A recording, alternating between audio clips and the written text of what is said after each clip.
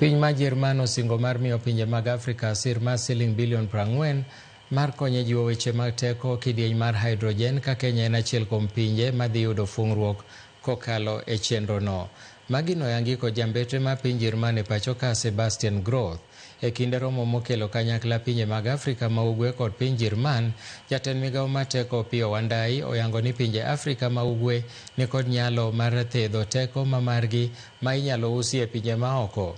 Jagoro mongirore migawo mar teko Alex Wachira okoni jiwo teko mar hydrogen ma oketha kor lwasi biro chuogo thuolo mag tije kendo jiwo kenge mag rito alwora. We have 29 interconnectors that we are supposed to do. Then he's supposed to respond. Malam. It is our conviction that for green hydrogen to succeed, it must be part of a broader vision for a resilient, industrial, and sustainable Africa.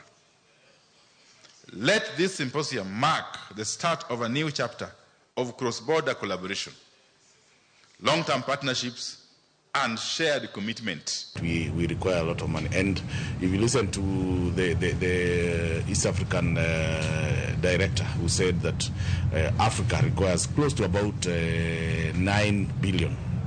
East Africa requires close to about $9 billion to make the green hydrogen strategy. So it's a quite a lot of money, but we are sure that progressively we should be able to surmount. Thank you. Through our development bank, KfW, Germany has set up a Power to X development fund with a volume of 270 million euros, which is approximately 40 billion Kenyan shillings, to support Power to X green hydrogen markets in developing and emerging countries. Mature industrial-scale green hydrogen projects from public and private sectors are eligible to apply for these grants in Africa, and we are focusing on the countries like Egypt, Kenya, Morocco, and South Africa.